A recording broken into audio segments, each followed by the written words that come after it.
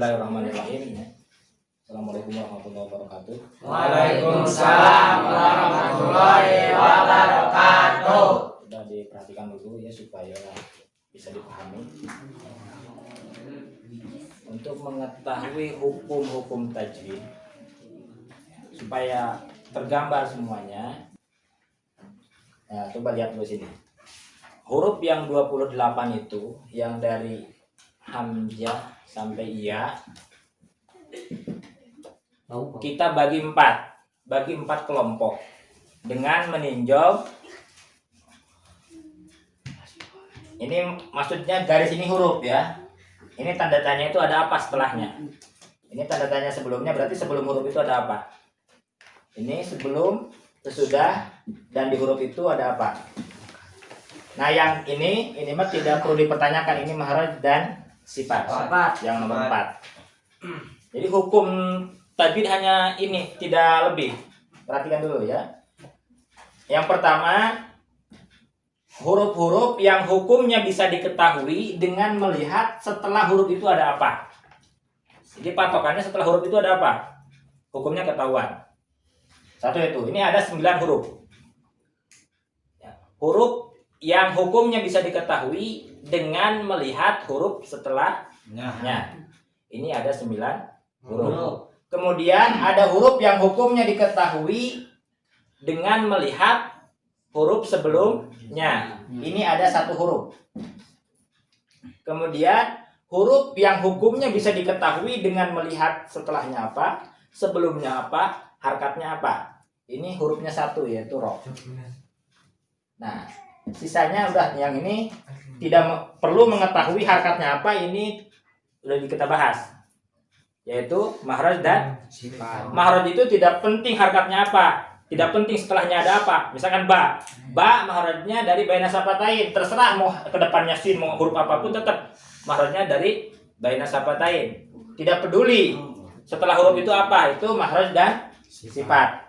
Tapi kalau ini yang 3 ini diistilahkan nanti hukum. Kita ada hukum yang bisa ketahuan dengan melihat setelahnya. Ada hukumnya bisa diketahui dengan melihat sebelumnya. Ada hukum yang diketahui hukumnya itu dengan melihat huruf setelahnya, sebelumnya, dan harkat huruf tersebut. Oke, kita akan beri contoh. Yang ini, yang 2 kita bereskan hari ini biar gampang. Setelah ini materi ini terakhir tajwid ya, maksudnya terakhir udah beres yang 9 ini. Untuk mustahak huruf beres ya. Dan kemudian hak itu mahraj dan sifat. Nah yang mustahak ini adalah hukum-hukum ini. Oke. Huruf yang hukumnya bisa diketahui dengan melihat huruf sebelumnya yaitu lam lafaz Allah. Lam lafaz Allah itu lihat, bukan lihat ke depannya, tapi lihat sebelumnya. Sebelumnya harkatnya patah, kasroh atau dhamma. Ini huruf sebelumnya adalah kasroh, berarti lamnya dibaca tarkik. Bismillah, bukan bismillah. Kalau sebelumnya harkatnya patah atau dhamma, berarti tafkhim atau taglid istilahnya. Bacanya Allah bukan Allah. Allahu. Ya, Rasulullahu. Rasulullah ya, Rasulullah, bukan Rasulullah. Ya, karena sebelumnya diketahui ya. Nah, ini hukumnya lam jalalah itu 2 hukumnya, tafkhim dan tarkik. Istilah tafkhimnya khusus untuk lafaz Allah yaitu taglid. Beres satu ya. Gampang ya. Paham? Kegambar ya. Kedua, yang ro. Ya, yang sedikit dulu ya, biar gampang. Kalau ini kan banyak hurufnya. Yang ro ini hukumnya juga 2. Ada tafkhim, ada tarkik. Tergantung harkatnya apa, huruf sebelumnya apa, huruf setelahnya apa. Oke. Ya. Contoh ini ro. Ini ro hukumnya dipengaruhi di sini oleh harkatnya. Harkatnya patah berarti ro-nya bacanya tafkhim. Ro. Ya, bismillahirrahmanirrahim. Tapi kalau misalkan lafaz ini kafiri, ini Ro-nya harkatnya apa? Kasroh. Ini dipengaruhi ada harkatnya, hukumnya tarkik. Ri. Tarkik itu tipis, berarti bibirnya ke bawah. Ri. Kafiri. Bukan kafiri, bukan ke atas. Ya kalau ke atas tebal lagi. Nah, untuk dirincinya, ini paling banyak ini hukum ro ini. Untuk dirincinya begini, biar cepat. Ya rumus cepatnya. Ro yang tafkhim, ini yang satu tafkhim ya. Ro yang tafkhim ini lihat dulu. Ro yang harkatnya fathah, ro yang harkatnya doma, ro sukun sebelumnya fathah, ro sukun sebelumnya doma. Berapa tuh? 1, 2, 3, 4. Ya, itu tafkhim. Kemudian sekarang ada yang dilihat ke depannya. Ini ro sukun sebelumnya kasroh, tapi kesininya huruf isti'la. Kemarin udah kita bahas huruf isti'la ya. Kho, sod yang itu. Kalau ke depannya huruf isti'la, misalkan ada sod. Ini ro-nya tafkhim. Contohnya mir sod. Nggak dibaca mir sod, tapi mir sod. Kenapa? Lihat ke depannya ada huruf isti'la, walaupun sebelumnya kasroh. Idealnya sebelumnya kasroh, ro-nya tipis. Tarkik. Tapi karena setelahnya ada huruf istilah, makanya rumusnya ini ya. Setelahnya ada huruf istilah, maka ro-nya dibaca tebal. Mil sod. Satu lagi yang dibaca tafkhim. Ro sukun. Ini biar tahu dulu ya. Oh, ini rumusnya. Ya, 1 2 3 4 5. Ya. Sekarang ro sukun kedepannya bukan istilah, tapi di sini kasrohnya kasroh aridi, kasrohnya kasroh baru. Maksudnya kasroh baru, kasroh untuk membantu saja. Kalau di tengah-tengah hilang kasrohnya, itu biasanya di hamzah wasol. Contoh irtabetum. Ini kasrohnya kasroh bantuan saja. Maka di sini ro-nya dibaca tebal. Yoro, Pak. Karena ini kasrohnya bukan kasroh asli. Kasrohnya bantuan saja, ketika di tengah hilang. Waruta. Ini hukumnya tafkhim. Ya, udah berapa tuh yang tafkhim itu? 1, 2, 3, 4, 5, 6. Yang 6 itu setelah ro-nya bukan istilah. Sebelumnya kasroh, cuma kasrohnya bukan kasroh asli. Kasrohnya hanya bantuan saja. Itu baru berapa? 6. Dua lagi.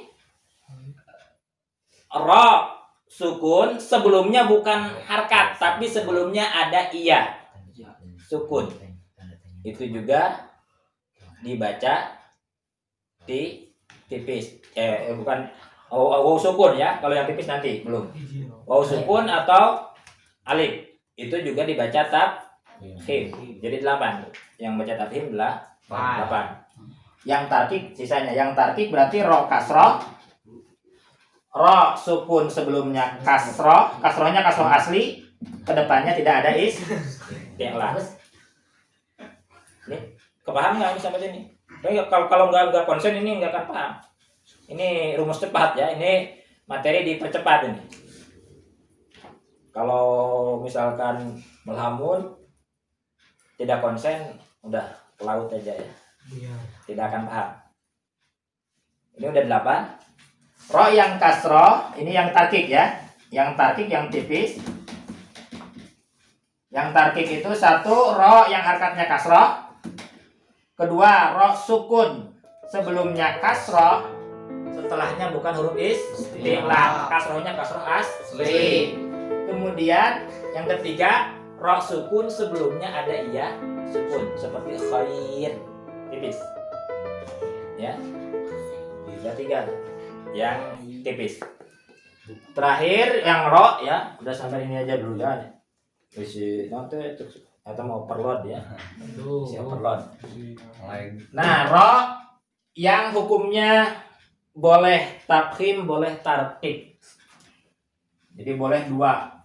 Boleh pilih yang mana ini? Pertama ini nih. Ini firqin. Ini bisa dua. Bisa dibaca tafkhim karena setelahnya huruf istilah. Bisa firqin. Bisa juga dibaca tarkik karena si ro-nya ada di antara dua musuhnya, dua kasroh. Ini kasroh, ini kasroh. Sebelumnya kasroh, setelahnya kasroh. Maka bisa dibaca tipis. Firqin. Bisa begitu. Bisa dibaca firqin. Dibaca tebal karena setelahnya ada huruf istilah. Dibaca tipis karena ada di antara dua musuh, di antara dua kasroh. Contoh lagi yang boleh dua itu ini nakhluqukum.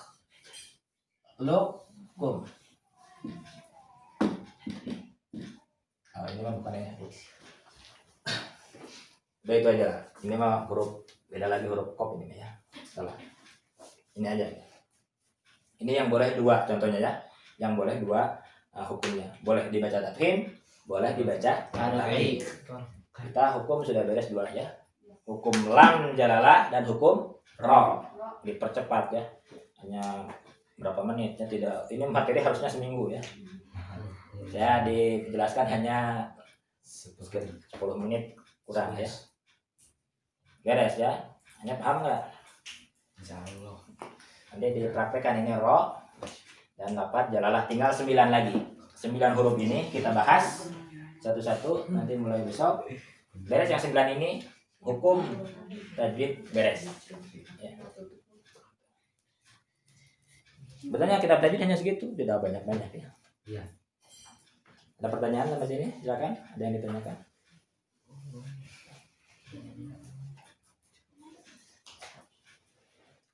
Ya kalau bisa cepat, bisa pakai rumus cepat, kenapa harus berputar-putar ya? Kalau ada jalan pintas, maksudnya yang selamat ya, yang benar. Ya ambil jalan yang pintas. Ini metode ini jarang di kitab-kitab klasik, ini jarang. Metode cara seperti ini jarang. Ya. Ini penemuan terbaru cara menjelaskan ya singkat hukum-hukum tajwid. Kalau dulu kan kita menghafalnya hukum nun sukun begini-begini itu kan lama ya. Ini kan cepat, lihat ke depannya, lihat belakangnya. Beres. Dah.